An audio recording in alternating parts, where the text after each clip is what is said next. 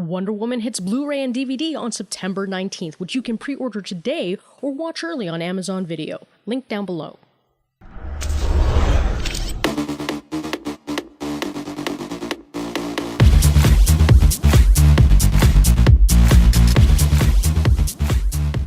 What a calamitous week for the DC Extended Universe, what with a month-old interview from Matt Reeves emerging claiming that the Batman was not part of the DCEU, only for him to later say, "That's not quite what I meant." But never mind that for a moment, because a la your usual Elseworld tales and comic lore, Martin Scorcese is evidently producing a solo Joker film set in the 80s featuring a completely different Joker from Jared Leto and would be completely outside of the DCEU, only for us to then find out that there would be another Joker movie in the works brought to us by the directors of Whiskey Tango Foxtrot.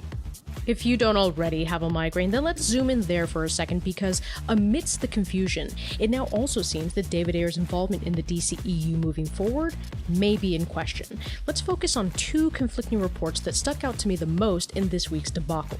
According to Jeff Snyder, editor-in-chief of the Tracking Board, directors John Requa and Glenn Ficarra have been brought on board to write and direct a Joker and Harley Quinn Mad Love film. Snyder went on to describe it as in the same vein as Natural Born Killers. However, Snyder claims that according to his sources, this film would replace David Ayer's Gotham City Sirens, leaving Ayer without any films that he'd be attached to in the DCEU.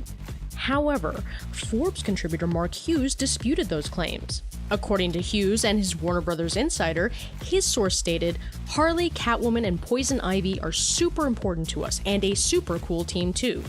Well, that's great, but presumably at some point too, his source also confirmed that Gotham City Sirens was still in active development despite rumors to the contrary.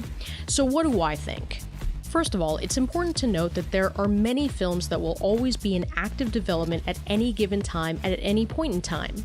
But specific to this story involving David Ayer's film, the thing with Gotham City Sirens is that it always felt too soon and too rushed, especially since one of the best elements of that series was the relationship between Harley Quinn and Poison Ivy. So if you're pushing aside the relationship between Harley and the Joker and buying straight for Poison Ivy, you're pushing aside and lambasting a key critical element of Harley Quinn's characterization, because the Stockholm Syndrome abusive relationship with the Joker is central to her progression as a character. So not having time to focus on that, whether it be in a Mad Love film or Suicide Squad 2, would be like stealing something away from the fandom, especially when, in spite of Jared Leto's version of the Joker, having two great actors like Margot Robbie and Leto now in your DC stable, it'd be a waste to not do something with them. And let's be real, Warner Brothers, having now seen the response to the Cholo Joker, can correct their mistakes, and I think us as fans would be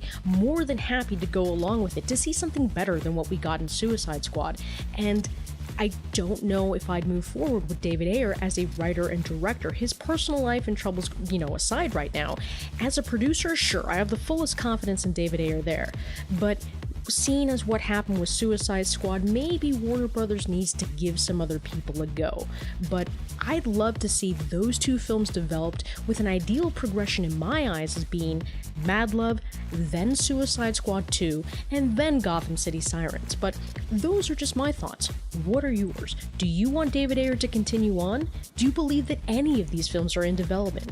And what are your thoughts on what happened last week? Let me know down in the comments below. Please subscribe so that you're notified in your newsfeed when the next video is uploaded. Please remember to give this video a like and share it about. Help support this channel through Patreon and using any of the affiliate links in the description below. You people are awesome, as always. And thanks for watching.